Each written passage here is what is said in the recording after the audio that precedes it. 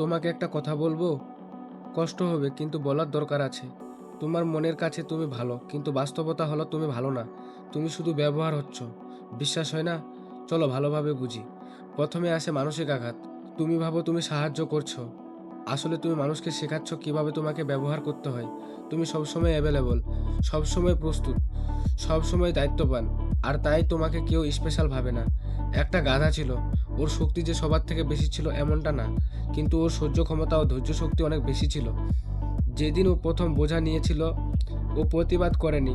ও ভাবছিল আমি পারবো। সেদিন থেকে ওর পিঠে বোঝা বাড়তেই থাকলো।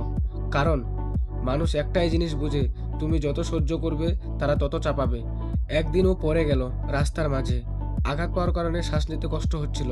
আশেপাশে সবাই ছিল, কিন্তু কেউ বলল না রেস্ট নাও। উল্টো তারা বলল, আরে ব্যাপার না, চেষ্টা করো, আবার তুলে নিয়ে যেতে পারবে। কি কথাটা শুনে কষ্ট লাগছে? এটা গল্প না, এটা বাস্তব। বন্ধু যখন কাঁদে তুমি থাকো, তুমি যখন কাঁদো তুমি একা। অফিসে যখন কাজ পড়ে তুমি এগিয়ে যাও। তোমার দরকার হলে সবাই ব্যস্ত। পরিবারের দায়িত্ব সেটা তোমার, তোমার স্বপ্ন পরে দেখা যাবে। মানে তুমি সব সময় পরে, সবাই আগে। তুমি কেন এমন? তুমি কেন এমন? কারণ তুমি ভয় পাও মানুষ চলে যাবে, তোমাকে খারাপ বলবে, তোমাকে রিজেক্ট করবে, তুমি একা হয়ে যাবে। তাই তুমি নিজের সীমাকে মুছে দিয়েছো, শুধু তাদের কাছে অ্যাপসেপ হওয়ার জন্য। শোনো, মানুষ তোমাকে ততটুকু সম্মান করবে যতটুকু তুমি নিজেকে করো। তুমি যদি নিজের সময়কে ফিরিয়ে দাও, তারা ভাববে তোমার জীবনে আর কিছু নেই। রেসপেক্ট আসে স্কারসিটি থেকে। সব সময় অ্যাভেলেবল মানুষদের কেউ মূল্য দেয় না। আজ একটা সিদ্ধান্ত নাও, সবাইকে খুশি রাখা বন্ধ, সবাইকে বাঁচানো বন্ধ, সব বোঝা নেওয়া বন্ধ।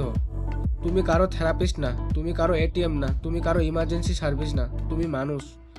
তুই তো পারবি, এর আসল মানে কি? বাইরে থেকে এটা শুনতে অনেক প্রশংসা মনে হয়, কিন্তু অনেক সময় এর ভেতরে অর্থ হয় তুই না বলবি না, তুই আবার দায়িত্ব নে, তুই থাকলে আমার সুবিধা।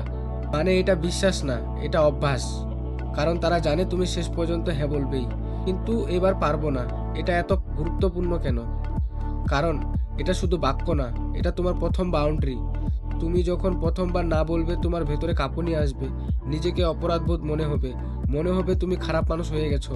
কিন্তু বাস্তবে তুমি খারাপ হচ্ছ না, তুমি নিজের জায়গা ঠিক করছো। এতে কিছু মানুষ তোমার কথায় অবাক হবে, কেউ কেউ রাগ করবে, কারণ তারা তোমার পরিবর্তনে অবাক না, তারা তাদের সুবিধা হারাতে ভয় পাচ্ছে।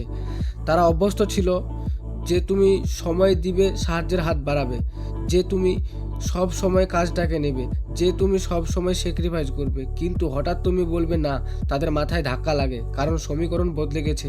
তারা তোমাকে হারাচ্ছে না, তারা তাদের সুবিধা হারাচ্ছে। এই লাইনটার গভীর মানে হলো, যে মানুষ সত্যিকারে তোমাকে ভালোবাসে সে তোমার সীমাকে সম্মান করবে, আর যে শুধু সুবিধা নেয় সে রাগ করবে। তাই যখন কেউ তোমার না শুনে দূরে সরে যায়, ভয় পেও না, সে তোমাকে না, তোমার ব্যবহারের সুযোগটাকে ভালোবাসতো। পরের বার কেউ বলবে তুই তো পারবি, চুপ থাকবেন না, জবাব দিবেন। ভিডিওটা কেমন লাগলো অবশ্যই জানাবেন, আর কি শিখতে পারলেন। ধন্যবাদ। আসসালামু আলাইকুম।